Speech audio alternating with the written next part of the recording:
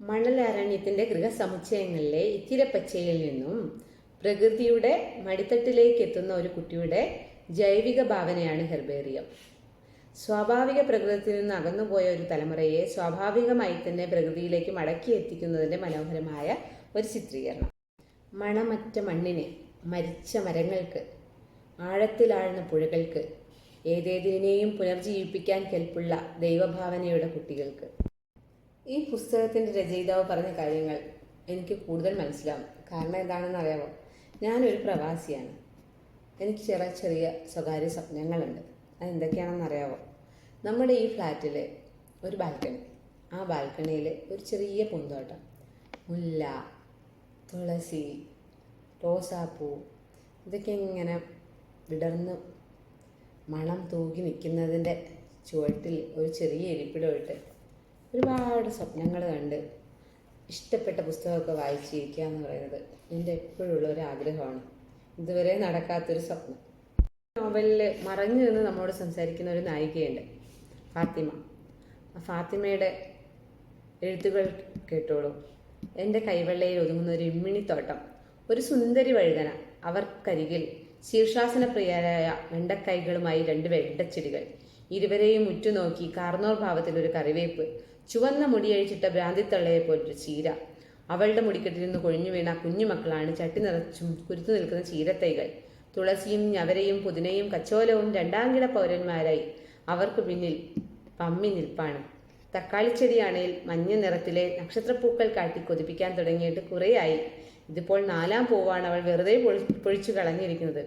തുളസിച്ചെടി ഒരു ബെൽ കൂടി പൊങ്ങിയാൽ 5-6 ഇലകൾ എണ്ണ കാച്ചാൻ എടുക്കാം. പൂച്ചെടികളായ പൂച്ചെടികളെല്ലാം ഒരുമിച്ച് കൊണ്ടുവന്ന് ഈ കൈവെള്ളയ്ക്കുള്ളിലെ തോട്ടത്തിൽ പൂവിടിയിക്കണമെന്ന് മോഹമുണ്ട്. ഫാത്തിമ ചുറുചുറുക്കുള്ളൊരു പെണ്ണ്, കണ്ണടച്ച് ഉള്ളിലോട്ട് നോക്കിയാൽ വെളിച്ചം മാത്രം കാണുന്നവൾ. കാവുകളും പച്ചപ്പും നിറഞ്ഞ ഒരു ഗ്രാമാന്തരീക്ഷത്തിൽ നിന്ന് ദുബായിലെ ഫ്ലാറ്റിൻ്റെ ഇത്തിരി വട്ടത്തിലോട്ട് പറിച്ചെറിയപ്പെട്ട ഒരു പെണ്ണാണ് ഫാത്തിമ. ഗ്രാമാന്തരീക്ഷത്തിലെ മനോഹരമായ ഒരു ബാല്യം കൈമുതലായുള്ള ഫാത്തിമ സത്യത്തിൽ ഒരു ശുഭപ്രതീക്ഷയുള്ള ആളാണ്. കാരണം ഫ്ലാറ്റിലെ ഇത്തിരി വട്ടത്തിലെ മൊബൈൽ ഗെയിമുകളിലൂടെ അടിമയാകാൻ പോകുന്ന ഒരു ബാല്യമാണല്ലോ മകനുള്ളതെന്ന് ആലോചിച്ച് വിഷമിക്കുമ്പോഴും വർണ്ണങ്ങളുടെയും ചിത്രങ്ങളുടെയും രൂപത്തിൽ പ്രകൃതിയെ മകൻ്റെ ലോകത്തിലേക്ക് ആകർഷിക്കാൻ ഫാത്തിമ ശ്രമിക്കുന്നുണ്ട്. എന്നിരുന്നാലും മരണം ഒരു വില്ലനായി വന്ന് അവളെ ആ ഉദ്യമത്തിൽ നിന്ന് പിന്തിരിപ്പിക്കുന്നു. എൻ്റെ വിപ്ലവം ഈ ബാൽക്കണിയിൽ കെട്ടിക്കിടക്കുന്നു. അതിനപ്പുറം ഒരു വളർച്ച അതിനുണ്ടാവുമെങ്കിൽ അതിൻ്റെ ടിപ്പുവിലൂടെ ആയിരിക്കും. അവൻ്റെ വരകൾക്ക് ജീവൻ വയ്ക്കണം. അവൻ വരയ്ക്കാനിരിക്കുന്ന പച്ചിലകളുടെ നാടികളിൽ എൻ്റെ വിപ്ലവം തുടിച്ചു തുടങ്ങും. ഇങ്ങനെ ഫാത്തിമ എഴുതി വെച്ച 100 കുറിപ്പുകളിലൂടെയാണ് നമ്മൾ ഫാത്തിമയെ വായിക്കുന്നത്. അതിലൂടെ അവളുടെ മനസ്സും. ഏറ്റവും പ്രിയപ്പെട്ട ഉമ്മുടു ജീവിതത്തിൽ നിന്ന് പോയപ്പോൾ നമ്മുടെ കൊച്ചു കഥാപാത്രമായ ടിപ്പു വീഡിയോ ഗെയിമുകൾക്ക് അടിമയായി മാറിക്കൊണ്ടിരിക്കുന്ന സാഹചര്യത്തിലാണ് പെട്ടെന്ന് അവൻ്റെ ഉപ്പ നബീസത്ത് എന്ന് പറഞ്ഞ അവൻ്റെ ഉമ്മുമ്മയുടെ അടുത്തേക്ക് അവനെ ആ ഗ്രാമാന്തരീക്ഷത്തിൻ്റെ ശീതളിമയിലേക്ക് അവൻ്റെ ജീവിതം തിരിച്ചു കൊണ്ടുവരുന്നത്. പിന്നെ മനസ്സ് തണുപ്പിക്കുന്ന കുറേ കാര്യങ്ങളാണ് ഈ കഥയിൽ സംഭവിക്കുന്നത്. ടിപ്പുവിന് ഒരുപാട് സുഹൃത്തുക്കളെ കിട്ടുന്നു. കളിക്കാൻ അമ്മാളു, വീടിനടുത്ത് തന്നെ ഒരു കാവ്, പിന്നെ അങ്കുവാമ. അങ്ങനെ ടിപ്പുവിൻ്റെ ജീവിതം നിറച്ചും വർണ്ണഭരിതമാകുന്നു. പിന്നെ പ്രകൃതിയെയും കാവിനെയും മണ്ണിനെയും മരങ്ങളെയും അറിഞ്ഞൊരു കാലം.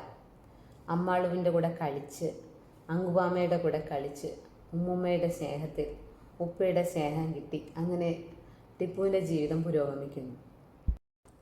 പിന്നെ ടൗണിലെ സ്കൂളിൽ ചേരുന്ന ടിപ്പു അവിടുത്തെ പ്രകൃതിയെയും സസ്യജാലങ്ങളെയും ഒന്നും പരിചയമില്ലാത്ത കുട്ടികൾക്ക്, തൻ്റെ കൂട്ടുകാർക്ക് പ്രകൃതിയെ പരിചയപ്പെടുത്തുന്നുണ്ട് ഹെർബേറിയം എന്ന ഒരു പ്രൊജക്റ്റിലൂടെ. അങ്ങനെ തൻ്റെ ഉമ്മയുടെ സ്വപ്നങ്ങൾക്കനുസരിച്ച് ടിപ്പു വളർന്നു വരുന്നു.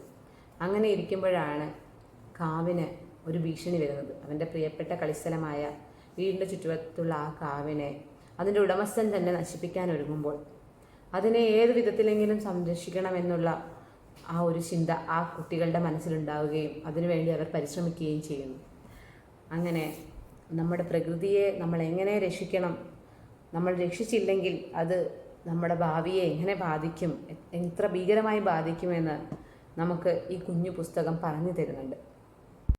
അതുപോലെ ഈ നോവലിലെ നായിക എങ്ങനെയാണോ ഗ്രാമാന്തരീക്ഷത്തിൽ നിന്നും ദുബായിലെ ഫ്ലാറ്റിൽ സമുച്ചയത്തിലേക്ക് എത്തിപ്പെട്ടത്, അതുപോലെ കാട്ടിൽ നിന്നും നാട്ടിലെത്തിയ കുഞ്ഞ് അങ്കു ആമയെ വയനാടിൻ്റെ പ്രകൃതിയുടെ മടിത്തട്ടിലേക്ക് കഥാകാരി തിരിച്ചെത്തിക്കുന്നുണ്ട് ഈ പുസ്തകത്തിലൂടെ. നമ്മുടെ കുട്ടികൾക്കും പരിസ്ഥിതി ജാഗ്രതായ ഒരു സമൂഹം രൂപവൽക്കരിക്കാനാകുമെന്ന് ഇതിൻ്റെ നോവലിസ്റ്റ് നമ്മോട് പറഞ്ഞു വയ്ക്കുന്നു. മണമറ്റ മണ്ണിന്, മരിച്ച മരങ്ങൾക്ക്, ആഴത്തിലാഴ്ന്ന പുഴകൾക്ക്, ഏതേതിനെയും പുനർജീവിപ്പിക്കാൻ കെൽപ്പുള്ള ദൈവഭാവനയുടെ കുട്ടികൾക്ക്. നന്ദി.